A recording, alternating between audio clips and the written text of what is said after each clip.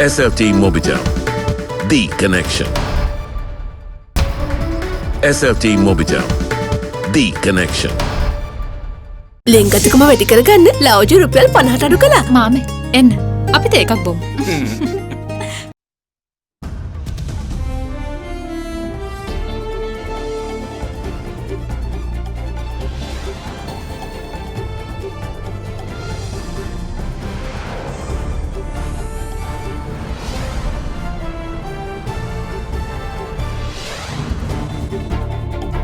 Tonight, they aren't nannies.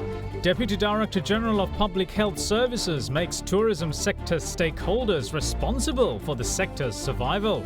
I don't expect these PHIs or medical officers of health to hang around all these tourist sites to do the policing. Short-lived liberty. 4 former directors of ETI Finance arrested. Again. Don't be selfish. The Sri Lankan Airlines calls on the Airline Pilots Guild to put the country first. Court rules. The enjoining order against MTV Sirasa preventing defamation of George Stewart Health and its chairman further extended. All that and much more coming up on First at 9. This Friday, the 8th of January 2021. From AdaDerana, this is AdaDerana First at 9.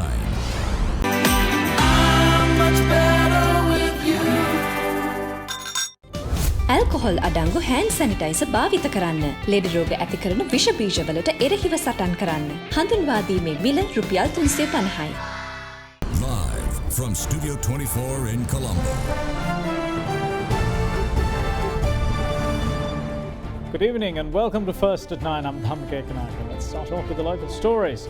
Now, with the resumption of business activities in the country, Deputy Director General of Health Services, Dr. Hemantha Herath, emphasises that all stakeholders involved must ensure that the activities they carry out do not become detrimental to the disease control process.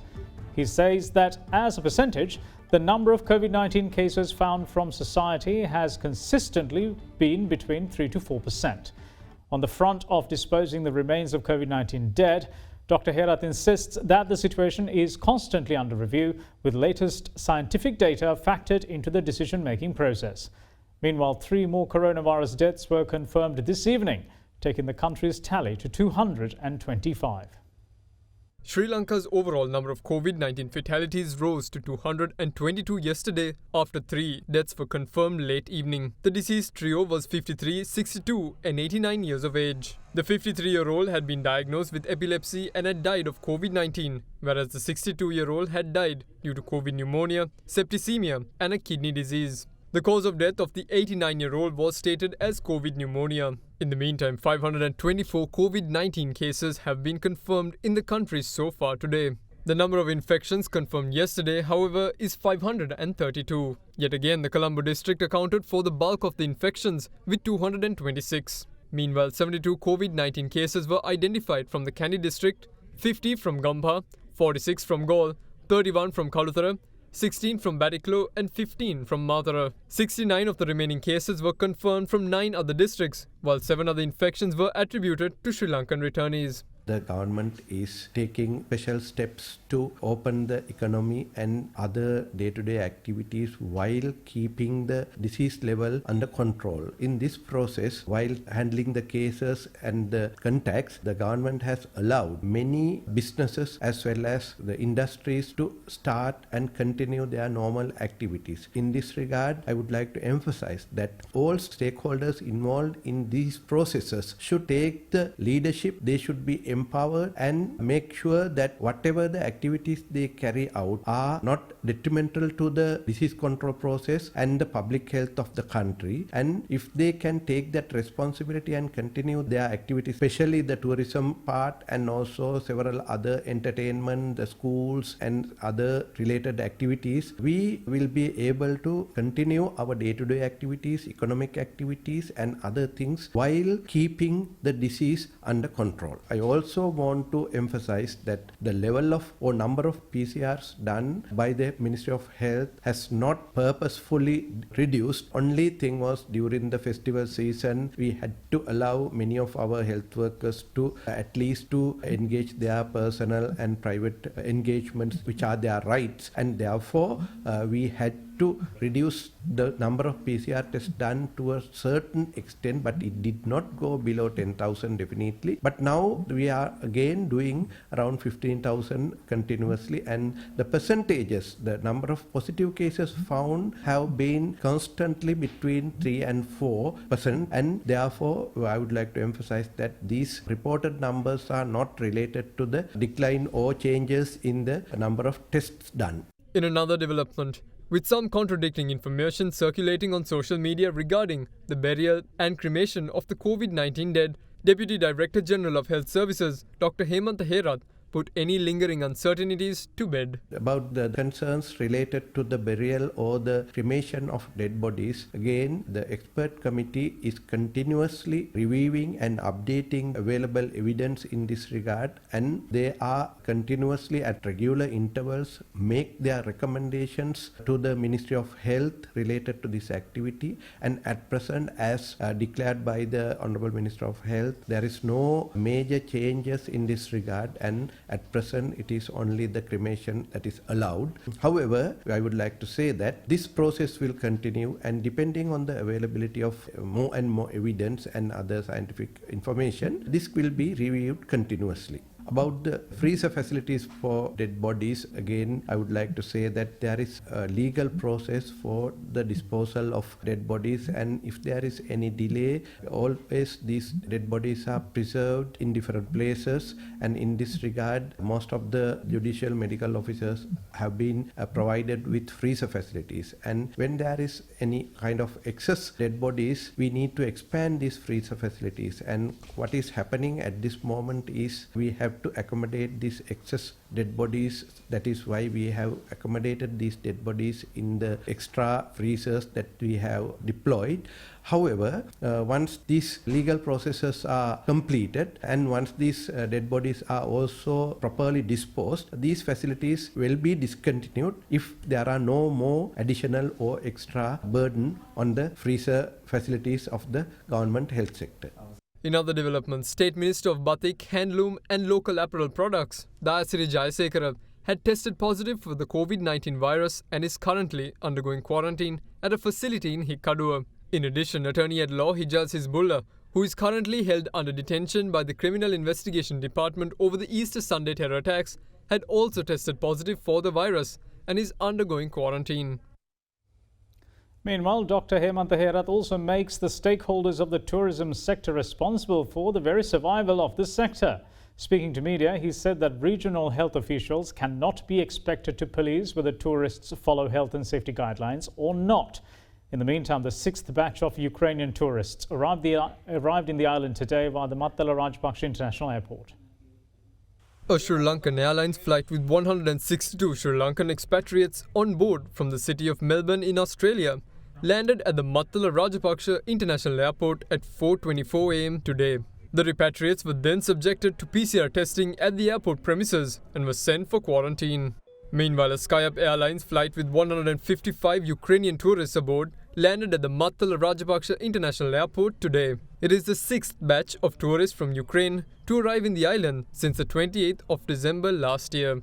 The flight arrived at 2:15 this afternoon, and the tourists are expected to tour, engage in excursions at selected tourist destinations in Sri Lanka in accordance with the bio-bubble concept. In the meantime, Deputy Director General of Public Health Services, Dr. Hemantha Herath, says that it is the responsibility of all stakeholders involved in the pilot project to restart foreign tourist arrivals to ensure that basic health and safety guidelines are being adhered to by tourists. Okay, the foreigners are coming in, they are being kept in a bio-bubble. Who is checking to see whether the health guidelines are being followed? Because PHIs are saying they don't know anything about this. Who has the mandate to see to it? Who is ensuring that? Basically, the guidelines have been issued to the Sri Lanka Tourism Development Authority. And all these guidelines are shared with the regional directors and all medical officers of health,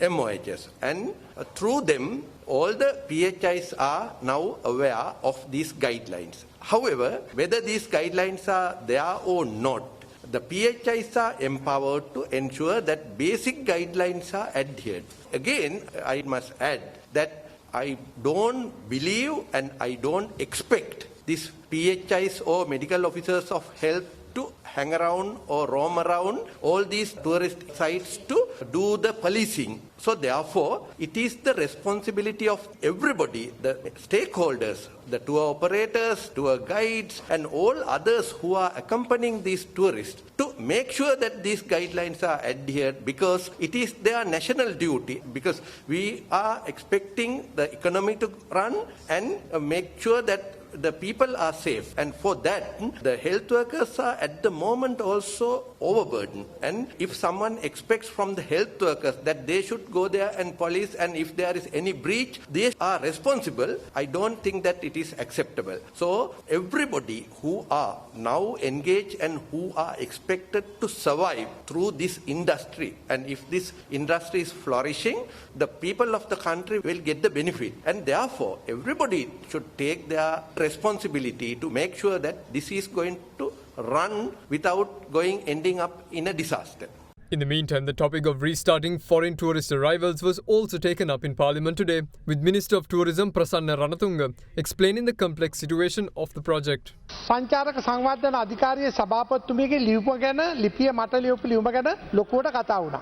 අපිට health guidelines හමුනේ 27 28 සංචාරකින් එනවා. මේ පණිවිඩේ පහලට යන්න බැරි වුණා. ඒක අපෙන් වෙච්ච අඩුපාඩුවක්. ඒ නිසා ඒක ක්‍රියාත්මක කිරීමේදී යම් අඩුපාඩු වුණා. හැබැයි ඒ සංචාරකයෝ ඒ ගමන් ගියේ බබල් එක ඇතුලේ. එතන පොඩි වැරද්දක් වුණේ. ඒගොල්ලන්ට දීලා තිබුණ දවස් තුනට අමතරව වෙනස් දවස් දෙකක මේක පාවිච්චි කිරීම. ඒ නිසා ඇතුවෙච්ච ගැටලුවක් සම්බන්ධව එතුමිය දැනුවත් කරා. නැතුව මේක වෙන අර්බුදයකට ගෙනියන්න, ඒක කොටවන්න, ගැටලුවක් ඇති කරගන්න නෙමෙයි කියන එක පැහැදිලිව කියන්න ඕනේ. කොවිඩ් වසංගතයේ වැළැක්වීමට අදාළ පොදු මාර්ගෝපදේශ අපි මොනම අවස්ථාවකවත් උල්ලංඝනය කරන්න කටයුතු කරලා නැහැ. ඒ වගේම ලෝක සෞඛ්‍ය සංවිධානයේ විවිධ ශේෂ්ඨ සඳහා වෙන වශයෙන් සෞඛ්‍ය මාර්ගෝපදේශක ඉදිරිපත් කරලා තියෙනවා. ඒ පදනම ලෝකේ සියලුම රටවල් තම තමන්ට ආවේනිකව වෙන විදියට සෞඛ්‍ය අමාත්‍යාංශ සම්බන්ධ කරගෙන ගයිඩ්ලයින්ස් හැදුවා. එහෙම කරන්න හේතු වුණේ ගරු මූලාසන මන්ත්‍රීතුමනි, සංචාරකයෝ ලංකාවට එනකොට අපේ අත්දැකීම තමයි දින 7ක් වගේ ප්‍රමාණයක් තමයි වැඩිපුර එන්නේ. එතකොට දින 14ක් අනිවාර්ය කාලයක් කිව්වොත් අපිට සංචාරකයෝ එන්නේ. අපි මේ ආරම්භ කරන එකේ වැඩක් නැතුව යනවා. ඒ නිසා ඒකට ගැළපෙන විදියට සංචාරකීන්ට එකක් හදන්න ඕනේ. අධ්‍යාපනයට අවුරුදු 2-3 එන දරුවන්ට ඒකට වෙනම එකක් හදන්න ඕනේ. ආයෝජකයෝ එන්නේ දවස් 7ක් ඉන්න. දවස් 2-3 යනවා. ඒගොල්ලන්ට බබල් එකේ ඇවිල්ලා ආයෝජන වලට වැඩ කරලා යන්න පුළුවන් කමක් තියෙනවා. ඒකයි මම කිව්වේ එක එක රටවල් එක එක ශේෂ්ඨ වලට ලෝක සෞඛ්‍ය සංවිධානයේ පහුගිය 16 වෙනිදා ඒ කාරණාව පිළිබඳව නිවේදනයක් නිකුත් කරලා තියෙනවා. මම ඒක සභාගත කරනවා. ඒකත් අයිකාවෝ කියන ගුවන් යාන සම්බන්ධව කටයුතු කරන මාර්ගෝපදේශات එක්කහු කරගෙන තමයි අපි අපේ ගයිඩ්ලයින්ස් එක හදලා ක්‍රියාත්මක කරන්නේ. අපි 21 වෙනිදා රට විවෘත කරනකොට ඒ ගයිඩ්ලයින් අනුව කටයුතු කරනවා. ඒ සඳහා මේ වෙනකොට සංචාරක අමාත්‍යාංශය කටයුතු කරගෙන යනවා. In another development, a stock of 800 kilograms of fish was also exported to Ukraine for the first time today from the Matala Rajapaksa International Airport. The consignment was sent aboard the SkyUp Airlines flight, which brought the 6th batch of Ukrainian tourists to Sri Lanka earlier today. What's more, 146 Ukrainian tourists had also returned on the same flight. Now, in the meantime, the repatriation process was taken up in Parliament today, with the government side insisting that rapid quarantine, or more like paid quarantine, I should say, is only an option and not a mandatory requirement. Another topic discussed in the House was the health of the country's economy, with State Minister of Money, Capital Markets and State Enterprise Reforms Ajit Nimad Cabral saying that Sri Lanka is not the only nation in the world which had to print money during the pandemic, and that there are many countries in the same boat. රටවල් 137ක විසෙන ශ්‍රී ලාංකිකයින් 69000කට ආසන්න පිරිසක් මෙරට පැමිණීමේ අපේක්ෂාවෙන් සිටින බව වාර්තා වී ඇත.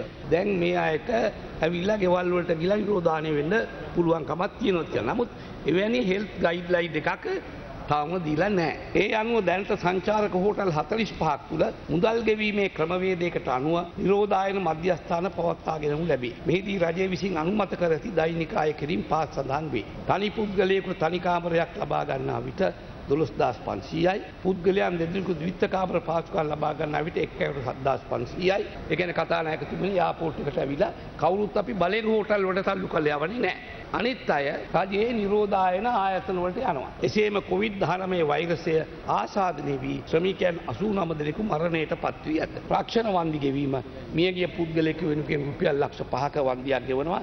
මියගිය අය අතුරින් 50 දෙනෙකු විදේශ සේවා නියුක්ත කාර්යාලයෙන් ලියාපදිංචි නොමැති නිසා ප්‍රාක්ෂණ ලබා ගැනීමට බැරි වෙලා තියෙනවා. සුද්දන්ට රතු කාපත් දාලා ගේනකොට අපේ මිනිස්සු අම්මලා අක්කලා නංගිලා ඒ රටක ගිහිල්ලා කෝටි ගාණක් හම්බ කරපු අයට මේ රටට එන්න තව අවස්ථාව දැන් ඒගොල්ලන්ගෙන් හම්බ කරනවා. මට කනගාටුයි නාමල් රාජපක්ෂ ඇමතුමයි අරුන්දික ෆර්නෑන්ඩෝ ඇමතුමයි ඒගොල්ලෝ දැන් කතා කරනවා හරියට ඒගොල්ලෝ මේ ආණ්ඩුවේ නැති විදිහට. අතිගෞරව ජනාධිපතිතුමා එක්ක අපි සාකච්ඡා කළා මේ ලබන සතියේ ඉඳන් ගේන ගුවන් යානා ප්‍රමාණය වැඩි කරා. ඒකම තමයි මතයක් ගොඩනගලා තියෙනවා මේ පේඩ් ක්වොරන්ටයින් නැත්නම් සල්ලි ගෙවලා නිරෝධායන වීම අනිවාර්යයි කියලා. ඒක අනිවාර්ය නෑ. එන සියලුම දෙනා විශේෂයෙන්ම මැද පෙරදිග සහ විදේශගත ශ්‍රමිකයන් පූර්ණ වශයෙන් නිරෝධායන කටයුතු කිරීම සඳහා සත පහක්වත් ඒ අයගෙන් අය කරන්නේ නෑ. ඒකෙදි යම්කිසි මාෆියාවක් ක්‍රියාත්මක වෙනවා. ඒ මාෆියාවට විරුද්ධවත් ගරු මන්ත්‍රීතුමනි අපි හඬ නගන්න දෙපාරක් කල්පනා කරන්නේ නැහැ කියන එක ගරු සභාපතිතුමනි මතක් කරනවා. පසුගිය රජයේ කාලයේදී තිබිච්ච පොඩි අනුපාතයන්ට වඩා අද සෑහෙන මට්ටමකට අඩු වෙලා තිනවා. ඒ නිසා the risk has been reduced comparatively. As a result, most of them are able to do their businesses much better. So that is why we see a change in the sentiment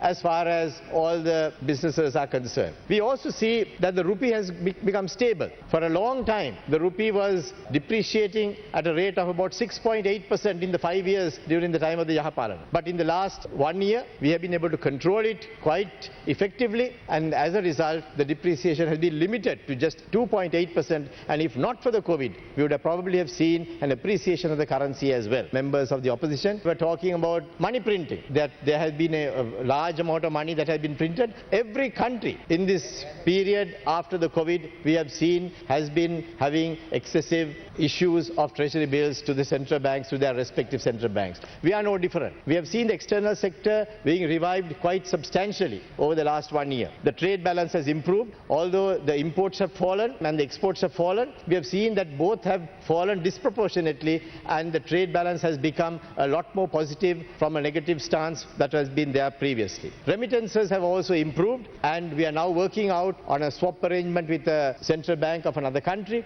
where we would have a standby arrangement which would ensure that the rupee would stay stable even in the longer term. And although there were some instances where the rating agencies had made some remarks which was not very complimentary, we are now seeing that they themselves have been able to come back and say Sri Lanka would probably be able to maintain their impeccable position as vis-a-vis the debt repayment ability of the country. We inherited a banking sector which was in total disarray. That had now been reversed, and we are seeing the stability returning to the banking and the financial sector. We would urge the opposition also to please ensure that these kinds of stories about instability in our economy be not conveyed to the rest of the world in order to make it difficult for the country to move forward.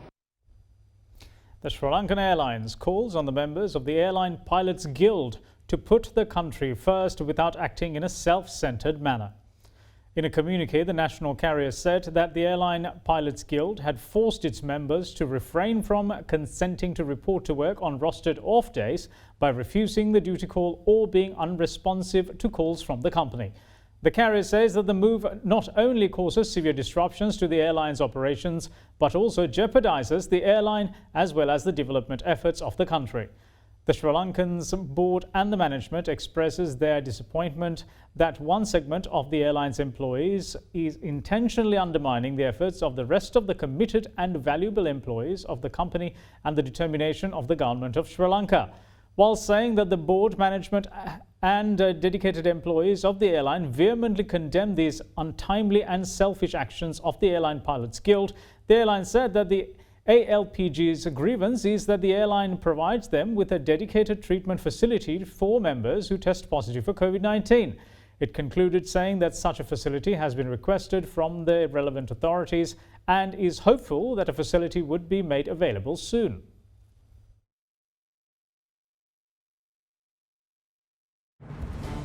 We will see you once more on the other side of this break. Stay with us.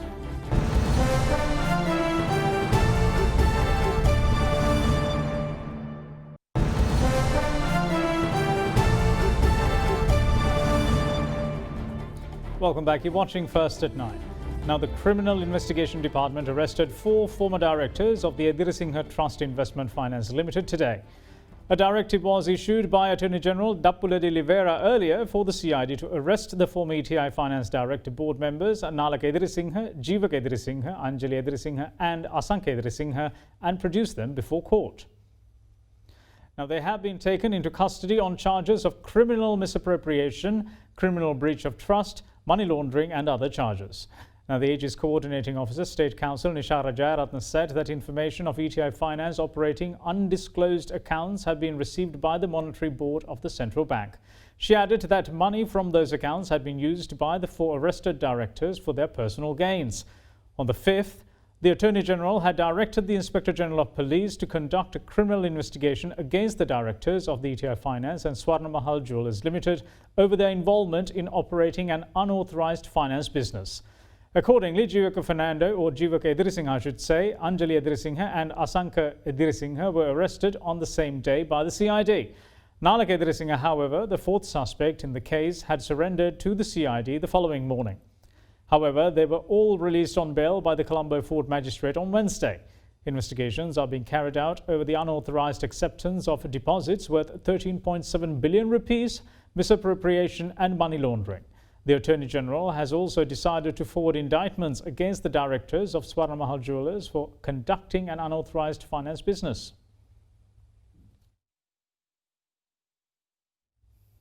The Colombo District Court today further extended the enjoining order issued against MTV Sirasa preventing the defamation of George Stewart Health and its chairman until the 13th of January 2021. The Colombo District Court today further extended the enjoining order issued against MTV/Sirasa preventing defamation of George Stewart Health and its chairman. The court further extended the enjoining order against MTV Channel Private Limited until the 13th of January 2021. The case was taken up before Court Number 1 of the court complex in order to inquire as to whether a permanent interim injunction will be issued in connection with the case. President's counsel Romesh De Silva, appearing on behalf of the plaintiff, requested that the case be heard before Colombo Additional District Judge Sandun Vitana, who had conducted the preliminary hearings with regard to this case. Accordingly, the case was transferred to Colombo Additional District Judge Sandun Vitana, who said that the decision on whether he will be conducting hearings into the enjoining order or not will be delivered on the 13th of January. He therefore extended the interim order until that date. The enjoining order had been issued against MTV Channel Private Limited in November after considering a defamation case filed by George Stewart Health Private Limited over defamatory news broadcast on its primetime news telecasts against the company and its chairman Dilip Javira. The case had been filed over several false and defamatory news segments telecast by Sirasa News First on 11th, 13th, 16th and 19th November, referring to the import of COVID-19 rapid antigen test kits by George Stewart Health. The plaintiff had listed out the repeated instances of mischievously fabricated, factually incorrect news designed with malice to mislead the public and thereby to defame George Stewart Health as well as the chairman of George Stewart and Co. The damages claimed amount to 2 billion rupees.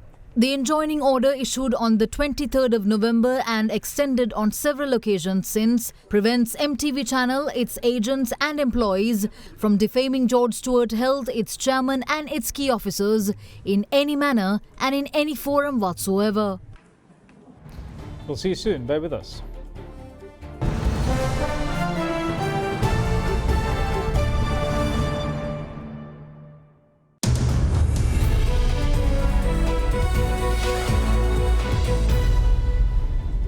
Welcome back. This is First at 9. Now, the stock market closed 0.31% higher today, driven by index-heavy counters. The all-share price index closed at 7,119.53, while the S&P SL20 index of more liquid stocks gained 0.57% to close at 2,707.84. The market turnover was 6.1 billion rupees, while 63 stocks gained and 121 fell. Now here's a brief report on today's market performance, followed by a currency update. The bull run in the market continued for the 9th straight session as the ASPI gained by around 21 points today. The S&P SL20 was also up by around 12 points. So the ASPI has now reached 7,119 points, one of the highest levels in 5 years. So with this, we are seeing a significant activity in the retail community. This week it was a completely retail driven market where a number of fundamental and speculative counters got active. The smaller share base speculative counters were significantly active, with the retail investors trying to get into the smaller stocks. Overall turnover was around 6.1 billion rupees.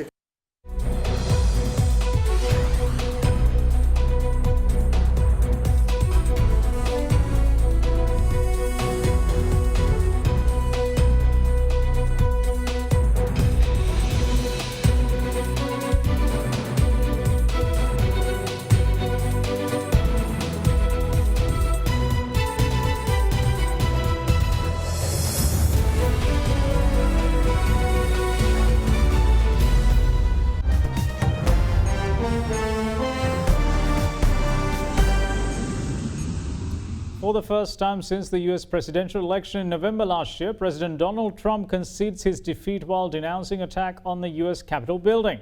His statement came a day after his supporters stormed the US Capitol as Congress was certifying Biden's victory. The riots have resulted in the death of 5 people and injured many. The Save America march, attended by thousands of pro-Trump US citizens, soon turned into mayhem after US President Trump and his close advisors urged the crowd to rally around the Capitol to take back the country. The tense standoff between pro-Trump groups and police soon played out in violent clashes. America's allies issued strong condemnation against the riots, questioning the efficacy of democracy. Meanwhile, the Congress yesterday formally certified Democratic President-elect Joe Biden's election victory despite objections from some Republican lawmakers.